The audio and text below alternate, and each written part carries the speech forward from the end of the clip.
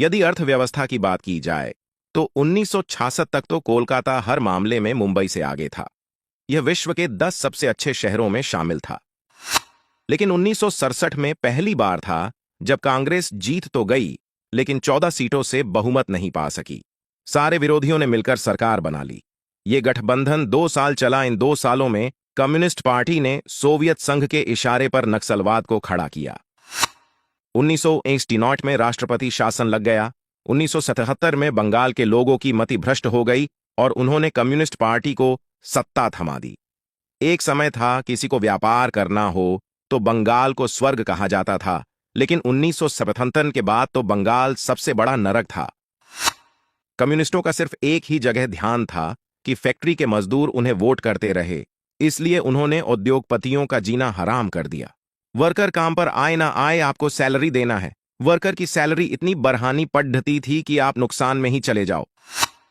लेकिन बंगाली दादा खुश थे क्योंकि अब मुफ्त में बहुत कुछ मिल रहा था। उद्योगपतियों ने बंगाल से भागना शुरू कर दिया। 1985 तक तो कोलकाता की मानो लाश बिछ गई और उस पर मुंबई खड़ी थी। जो कुछ बंगाल का था वो अब महाराष्ट्र का होता गया। बिरला ग्रुप, जिंदल स्टील, टाटा सभी को अपना सामान बांधकर मुंबई आना पड़ा। महाराष्ट्र की सरकारों ने दिल से इनका स्वागत किया। 21वीं सदी का आरंभ होते होते तो लाश बन चुके कोलकाता का अस्थि विसर्जन भी हो गया। उत्तर में नोएडा, गुरुग्राम से लेकर दक्षिण में बेंगलोर और हैदराबाद तक कंपनियों में रेस लगी थी, लेकिन किसी भी कंपनी का स्टॉप कोलकाता नहीं था। बंगाल के लोग आंख पर पट्टी बांधकर बैठे रहे और 1977 से 2011 तक कम्युनिस्टों को बैठाए रखा, वो भी बहुमत से।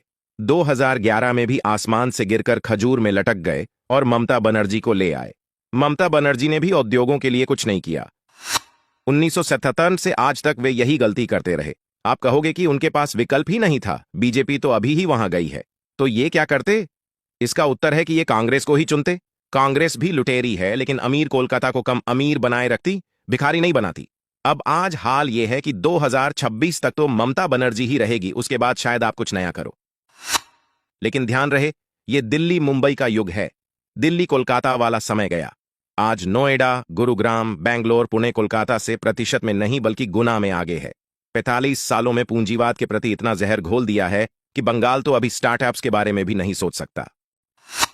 लोग कहते हैं कि बंगाल 25 साल पीछे है या 30 साल पीछे है, लेकिन आप गणना करेंगे तो बंगाल आज 100 साल पीछे है। कम्युनिस्टों और ममता रूल से अच्छा तो ये लोग अंग्रेजों के डंडों से काम कर रहे थे। मगर देखिए, जो होता है अच्छे के लिए होता है।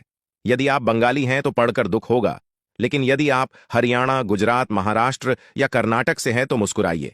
बंगाल की लाश पर आज आपकी मजबूत अर्थव्यवस्था खड़ी है, क्योंकि 1974 में एक समय था जब जिंदल परिवार स्टील के लिए प्लांट लगाना चाहते थे।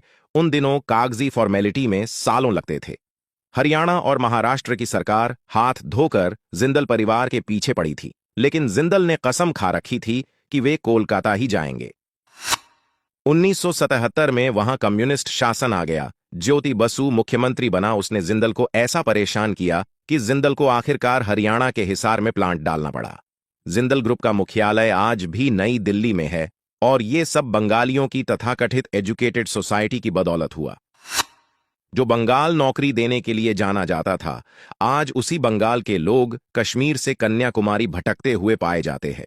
आज कोलकाता में सिर्फ वेयर हाउस और फ्रेंचाइजी जिंदा है।